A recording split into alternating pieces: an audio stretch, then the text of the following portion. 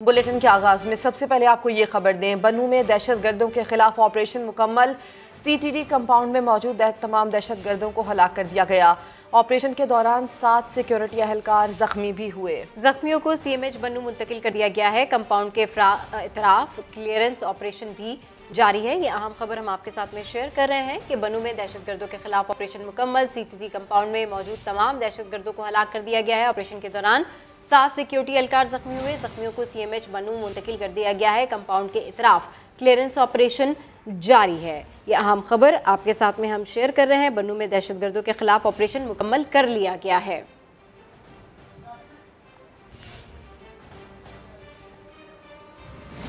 और अभी आपको बताएं कि वज़ीर दिफा ख्वाजा आसिफ कहते हैं कि 33 दहशतगर्द थे। सूबाई हुकूमत पूरे मामले से लाताल्लुक रही। KPK की तमाम लीडरशिप जमान पार्क लाहौर में बैठी है। अफवाज ने जाकर मामला तकमील तक पहुँचाया है।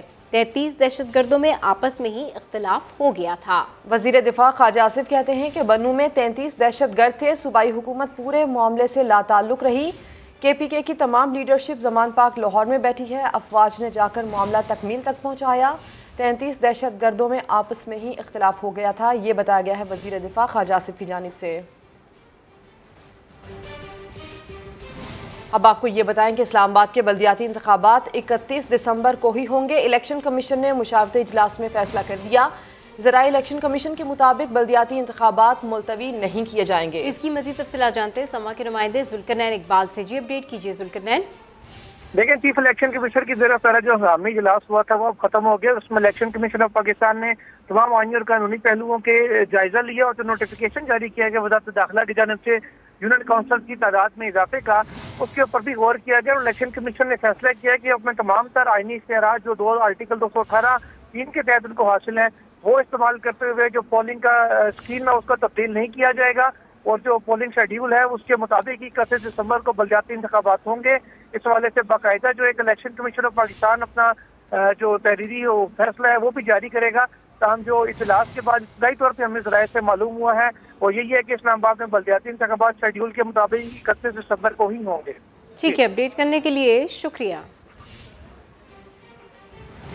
वज़ीर दाखिला राना सनाउल्लाह ने वज़ीर हाउस सील करने की धमकी दे दी है। कहा अगर कल वज़ीर पंजाब परवेज़ इलाही ने एतमाद का वोट ना लिया तो वज़ीर हाउस को सील कर दिया जाएगा। राना सनाउल्लाह का कहना था कि एक पागल शख्स असेंबली तोड़ने के दर पे है लेकिन तमाम इदारे उस इक़दाम को रोकना चाहते हैं।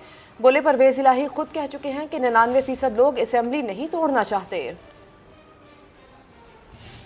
कौम में, अदारों में, हर जगह पे ये कंसेंसस है कि इस पागल आदमी को रोका जाए वरना ये इस मुल्क को किसी हादसे से दो चार कर देगा। अगर चौधरी परवेज़ इलाही साहब एज चीफ मिनिस्टर दुहाई दे रहे हैं कि 99% लोग असम्बलियाँ तोड़ने के हक में नहीं हैं तो फिर क्या, फिर अदम इत्माद नहीं आएगा तो फिर और क्या आएगा? उनको रोका नहीं जाएगा तो फिर और क्या किया जाएगा? अगर कल 4 बजे अजलास न हुआ और चीफ मिनिस्टर ने इत्माद का वोट ना लिया तो he will cease to be in the office of chief minister. वो चीफ मिनिस्टर नहीं रहेंगे अगर कल 4 बजे के अजलास में इजलास मुनक्कद नहीं होता या अजलास मुनक्कद होता है तो वोट ऑफ कॉन्फिडेंस नहीं लेते।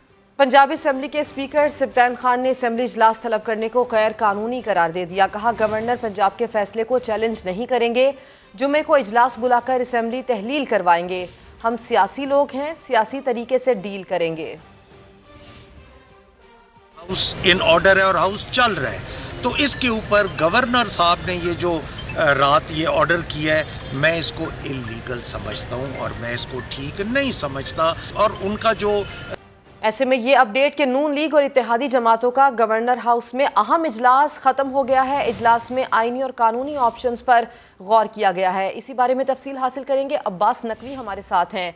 अब्बास, बड़ा ये अहम इजलास था, बड़े अहम मामले पर क्या फैसले हुए इसमें? जी बिल्कुल, जैसा कि गुज़िश्ता रोज़ गवर्नर पंजाब की जानिब से वज़ीर आला पंजाब चौधरी परवेज़ लाई को इत्मीनान का वोट लेने का कहा गया था और उसके बाद जो है सियासी गर्मा गर्मी जो है बहुत ज़्यादा तेज़ हो चुकी है लाहौर में। इस वक्त पंजाब असम्बली के अंदर जो है तहरीक इंसाफ की क़यादत और स्पीकर पंजाब असम्बली सर छोड़कर बैठे हुए हैं कि किस तरीके से कल जो 4 बजे का इजलास को जो गवर्नर पंजाब की जानिब से कहा गया था उसको किस तरीके से मुलतवी कराने का कोई रास्ता जो है वो तलाश किया जाए। जबकि दूसरी जानिब गवर्नर हाउस में एक अहम इजलास हुआ जिसमें राना सनाउल्लाह और उसके साथ साथ चौधरी सालिक हुसैन, तारिक बशीर चीमा और दीगर जो हैं इत्तेहादी जमातों के अरकान उन्होंने शिरकत की और तमाम जो कानूनी अमूर हैं उन पर गौर ख़ौस किया गया। इस वक्त भी अब से कुछ देर कबल भी जो साबिक सदर हैं आसिफ अली जरदारी, उनकी चौधरी शुजात हुसैन से उनकी रिहाइशगाह पर अहम मुलाकात हुई है लाहौर में, जिसमें जो सालिक हुसैन, उसके बाद तारिक बशीर चीमा, उसके अलावा जो है दीगर अरकान असम्बली मौजूद थे और मलिक अहमद ख़ान ने इस हवाले से कानूनी ब्रीफिंग दी और इस हवाले से दोनों रहनुमाओं का कहना था कि बहुत जल्द जो पंजाब में वज़ीर आला होगा वो इत्तेहादी जमातों का और PDM का होगा।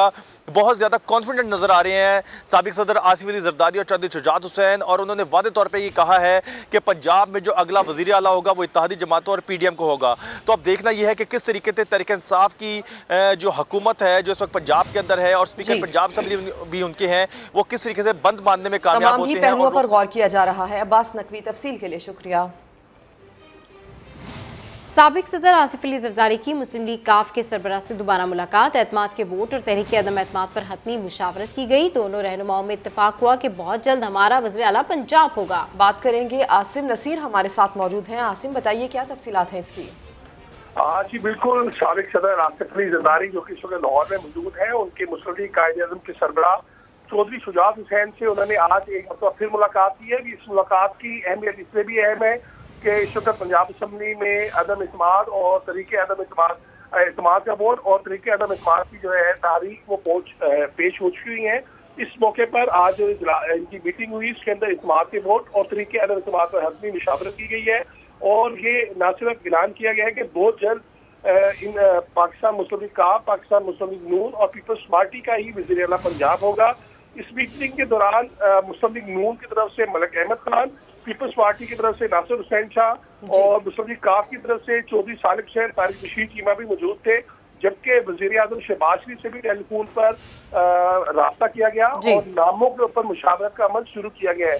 ज़राए ये बता रहे हैं कि इस मुलाकात के अंदर चौधरी शुजात हुसैन की तरफ से ठीक है। इस सिलसिले में आसिम आप तफसील बता रहे थे, आपका शुक्रिया। और वज़ीर आज़म शहबाज शरीफ की ज़ेर सदारत विफाकी काबीना इजलास में अरकान को तोशाखाना के तहाइफ के बारे में तफसीली ब्रीफिंग दी गई। एलामिया के मुताबिक साबिक वज़ीर आज़म और उनकी अहलिया ने रियासती तहाइफ औने पौने दामों खरीद कर बेचे। ये मकरू अमल रियासती इज्जत को फरोख्त करने के मुतरादिफ था। वज़ीर आज़म ने अगले इजलास में जामे रिपोर्ट पेश करने की हिदायत कर दी है। मज़ीद तफसीलात जानते हैं समा के नुमाइंदे उस्मान खान से। जी उस्मान, अपडेट कीजिए। जी बिल्कुल, साबिक वज़ीर आज़म और उनकी अहलिया ने रियासती तहाइफ होने पौने दामों खरीदे और बाजार में फरोख्त किए। इस्लामी में कहा गया कि कीमती तहाइफ सिर्फ 27 मिलियन रुपए के बस दिए गए हैं। इनकी मार्केट वैल्यू 6 अरब रुपए से जायद थी। वज़ीर आज़म ने अगले इजलास में जामे रिपोर्ट पेश करने की हिदायत दे दी है। शोशाखाने और रियासती तोहफों के लिए कमेटी सिफारिशात को हतमी शक्ल दे रही है और वफाकी काबीना को मुजव्वज़ा तमन्नाई बजट प्लान के निफाज पर भी तफसीली ब्रीफिंग दी गई है। वज़ीर आज़म ने कहना है कि मईशत का हर शोबा इन्हताद का शिकार है और मौजूदा हुकूमत ने इंतहाई मुश्किल हालात में इक़्तिदार संभाला है और मुजव्वज़ा प्लान के हवाले से तमाम सूबों के साथ तफसीली मुशावरत की जाएगी। ऐलानी में कहा गया कि सूबों को उस हवाले से एतमाद में लिया जाएगा और महंगे दामों जो महंगे तहाइफ को कैसे डिक्लेयर किया गया। वज़ीर आज़म ने काबीना डिवीजन से तमाम तफसीलात तलब कर ली और ऐसे तहाइफ की फहरिस्त मुहैया की जाए जो कि सरकारी रिकॉर्ड के मुताबिक वसूल नहीं हुए हैं। इलामी में कहा गया कि काबीना ने बैरून ममालिक से मिले तहाइफ के हवाले से एक इंक्वायरी FIA के हवाले करने की मंजूरी दे दी है और FIA 2 हफ्ते के अंदर एक जामे रिपोर्ट पेश करे। ये वज़ीर आज़म की हिदायत की है और वफाकी काबीना ने ठीक है, अपडेट करने के लिए शुक्रिया।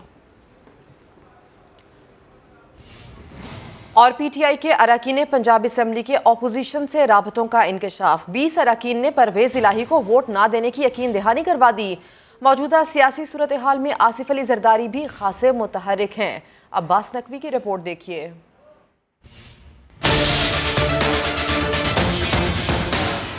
वज़ीर आला पंजाब को गवर्नर पंजाब की जानिब से एतमाद का वोट लेने की हिदायत। राब्तों और सियासी जोड़ तोड़ में तेजी आ गई। PTI के अरकान पंजाब असम्बली के अपोजिशन से राब्तों का इंकशाफ। ज़राए के मुताबिक 20 अरकान परवेज इलाही को एतमाद का वोट नहीं देंगे। नून लीग को यकीन दहानी करा दी गई। आसिफ जरदारी के राब्ते भी जारी हैं। साबिक सदर ने करीबी दोस्त के जरिए परवेज इलाही से राब्ता किया और फिर वजीर आजम शहबाज शरीफ को टेलीफोन करके पंजाब की सियासी सूरत हाल से आगाह किया। अब्बास नकवी, समा, लाहौर। वजीर दिफा ख्वाजा आसिफ ने तवानाई बहरान पर काबू पाने के लिए नई पॉलिसी बता दी। शादी हॉल्स रात 10 बजे, होटल और मार्केट्स रात 8 बजे बंद हो जाएंगी।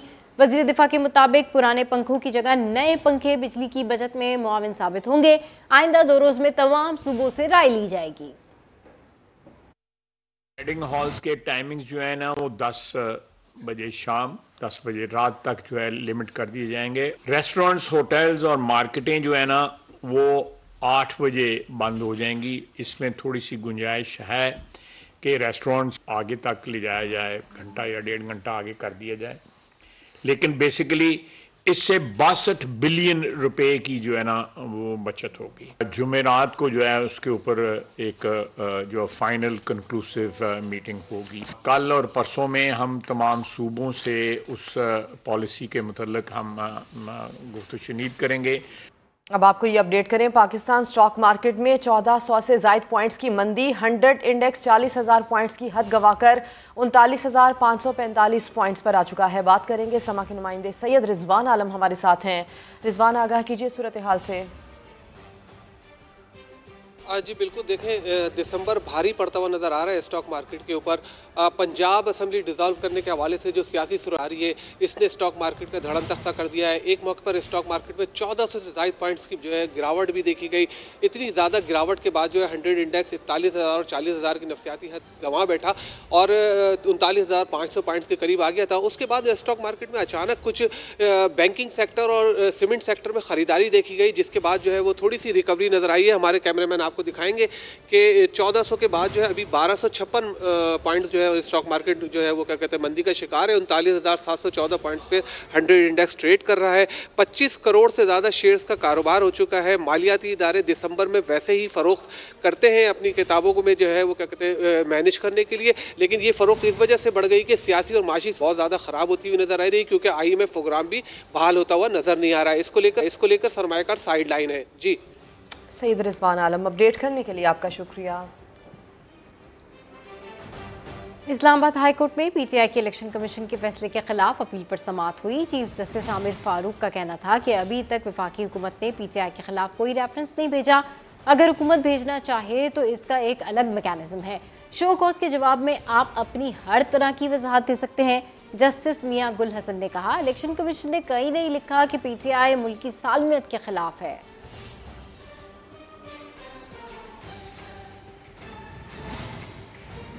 इलेक्शन कमीशन में इमरान खान के खिलाफ 4 केसेस की समाअत। फॉरेन फंडिंग केस में शो कॉज नोटिस पर इमरान खान के एतराज़ात, ज़िमनी इंतखाबात के अखराजात की तफसील जमा न करवाने और इमरान खान को पार्टी सरबराही से हटाने की दरख्वास्त पर फैसले महफूज कर लिए गए। जुल्करनैन इकबाल रिपोर्ट करेंगे। फॉरेन फंडिंग केस में इलेक्शन कमीशन के शोकाज नोटिस पर इमरान खान के वकील के मुतअद्दिद एतराजात। अनवर मंसूर ने नोटिस कमीशन के बजाय सेक्रेटरी की तरफ से जारी होने का नुक्ता उठाया तो चीफ इलेक्शन कमिश्नर ने पूछा, क्या काबीना के फैसलों पर वुज़रा के दस्तखत होते हैं या मिनट्स बनते हैं? वकील ने जवाब दिया, मिनट्स में लिखा जाता है किसने हिमायत और किसने मुखालफत की। सिकंदर सुल्तान राजा ने कहा कि काबीना का सेक्रेटरी रहा हूँ, मिनट्स में ये नहीं लिखा जाता। वकील ने गवाह पेश करने की दरखास्त दी तो एडिशनल DG लॉ ने इसकी मुखालफत की।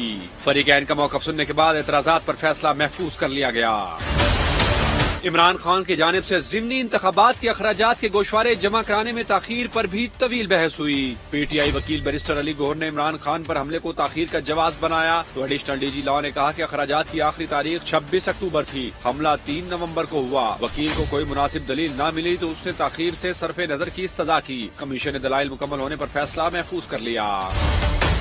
इमरान खान को पार्टी सरबराही से हटाने के केस में बैरिस्टर गौहर ने आइंदा समाअत तक जवाब जमा कराने की यकीन दहानी कराई तो इलेक्शन कमीशन ने समाअत 10 जनवरी तक मुलतवी कर दी। PTI इंट्रा पार्टी इंतखाबात केस को इसी केस के साथ मुंसलिक कर दिया गया। चीफ इलेक्शन कमिश्नर ने रिमार्क्स दिए कि असल नुक्ता इमरान खान के बतौर चेयरमैन इंतखाब का है। कमीशन ने इमरान खान को पार्टी ओहदे से हटाने के लिए वकील आफाक अहमद की दरखास्त पर भी फैसला महफूज कर लिया। जुल्करनैन इकबाल, समा, इस्लामाबाद। Welcome back. कराची में बढ़ती हुई जराइम की वारदातों पर MQM के डिप्टी कन्वीनर वसीम अख्तर सिंध हुकूमत और पुलिस पर बरस पड़े। कहते हैं सिंध हुकूमत कराची के लोगों को तहफ़्फ़ुज़ फराहम करने में नाकाम हो चुकी है। नाहल पुलिस कराची को तबाह कर रही है। DG रेंजर्स कहते हैं कि वो अपना हिस्सा डालें।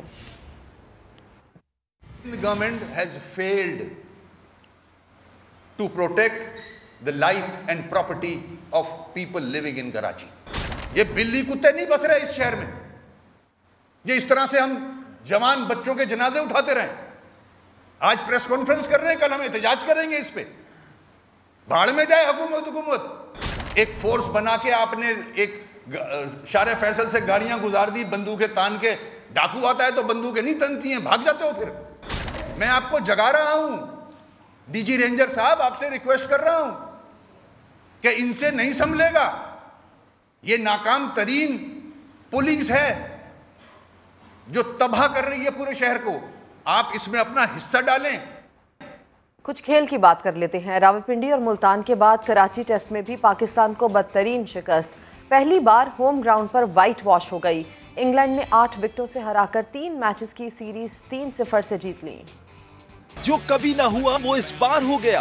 पहली बार शाहीन होम ग्राउंड पर व्हाइट वॉश। इंग्लैंड ने बाबर 11 को तमाम शोबों में आउट क्लास कर दिया। पाकिस्तान टीम पहली इनिंग्स में 304 रन बनाकर आउट हुई। जैक लीच ने 4 शिकार किए। इंग्लिश टीम ने पहली इनिंग्स में 354 रन बनाकर 50 रन की बर्तरी हासिल की। स्पिनर अबरार अहमद और नौमान अली ने 4-4 विकेटें हासिल की।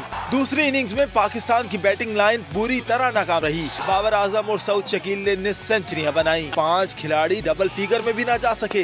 अजहर अली कैरियर की आखिरी इनिंग में 0 पर आउट हुए। कौमी टीम 216 रन पर ढेर हुई। इंग्लैंड को 167 रन का हदफ मिला। इंग्लिश टीम ने हदफ 2 विकेटों पर हासिल कर लिया। बेंडकिट ने 82 रन की नाकाबिले शिकस्त इनिंग खेली। विनिंग शॉट भी लगाया। पहली इनिंग में सेंचुरी और सीरीज में 468 रन बनाने पर हैरी ब्रूक मैच और सीरीज के बेहतरीन खिलाड़ी करार पाए। इंग्लिश खिलाड़ियों ने ट्रॉफी के साथ फोटोशूट कराया। कई सवालात हैं। पाकिस्तान टीम अपने ही ग्राउंड्स पर व्हाइट वॉश क्यों हुई? अहम सवालात PCB, सिलेक्शन कमेटी और कप्तान बाबर आजम का ताक़ुब कर रहे हैं। पाकिस्तान क्रिकेट टीम पर तारीख में पहली बार होम ग्राउंड पर व्हाइट वॉश का दाग लगा। बाबर 11 अपने ही मैदान पर एक मैच भी क्यों ना जीत सकी। सवाल ये है कि सीरीज के पहले ही टेस्ट मैच में मिस्ट्री स्पिनर अबरार अहमद को मौका क्यों नहीं दिया गया। दूसरे टेस्ट मैच में जब अजहर अली को ड्रॉप किया गया तो फिर रेगुलर बैट्समैन की जगह ऑलराउंडर को क्यों आजमाया गया।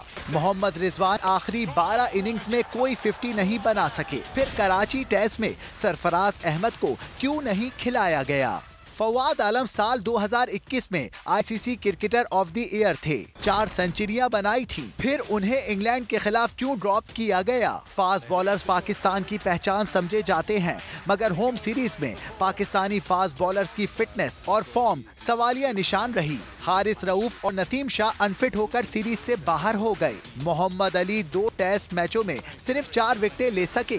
सीरीज में सबसे बड़ा फर्क बेन स्टोक्स और बाबर आजम की कप्तानी के अंदाज में नजर आया। बेन स्टोक्स ने जारिहाना क्रिकेट खेली, बेहतरीन फील्डिंग सेट की, मगर बाबर आजम का कोई प्लान कामयाब ना हुआ। के स्कूलों में सर्दियों की छुट्टियों का ऐलान होते ही तलबा ने घूमने फिरने का प्रोग्राम बना लिया। बच्चे कहां कहां जाना चाहते हैं, ये जानते हैं सईदा जीनत से।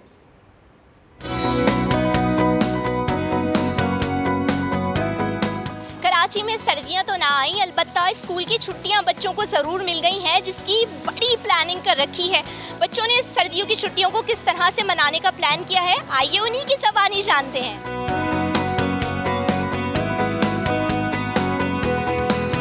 छुट्टियों में ना हम प्लान करने का कि अमेरिका जाने के लिए, क्योंकि हमारा नानी उधर है। मैं इस्लामाबाद जाऊंगा, वहाँ से बहुत घूमूंगा, स्वाद भी जाऊंगा, पहाड़ों पे भी जाऊंगा। इंग्लैंड जाने का भी प्लान बन रहा। अभी मेरे पापा के पास अभी पैसे थोड़े कम है ना, तो ना अभी फिर वहाँ पे भी जाऊँगा, एंजॉय बहुत करूँगा। हम लोग ने अभी तो पिकनिक प्लान करी है, तो हम लोग पिकनिक पे जाएंगे पहले, उसके बाद हमें स्कूल की कुछ एक्टिविटीज़ मिली हैं। तो बहुत तंग करना है, और हम लोग तो मूवीज़ वगैरह भी देखने जाएंगे, पार्क, गार्डन, मॉल्स वगैरह, हम लोग हर जगह जाएंगे और खूब मामा पापा को तंग करेंगे। इस दफ़ा सर्दियों की छुट्टियों में हम लोग हॉग्स भी जाने वाले हैं घूमने, और फिर अपने चाचू के घर कनाडा जाएंगे। नन्हे मुन्ने बच्चों की चटपटी गुफ्तगू आपने जानी। किसी ने मुल्क में रहते हुए सैरो तफरी का प्लान बनाया है तो कोई मुल्क से बाहर जाने का इरादा रखता है, लेकिन बच्चों की छुट्टियां वालिदैन की जेबों पर बड़ी भारी पड़ने वाली हैं। कैमरामैन फरहान यूसुफ के साथ सैयदा जीनत, समा, कराची।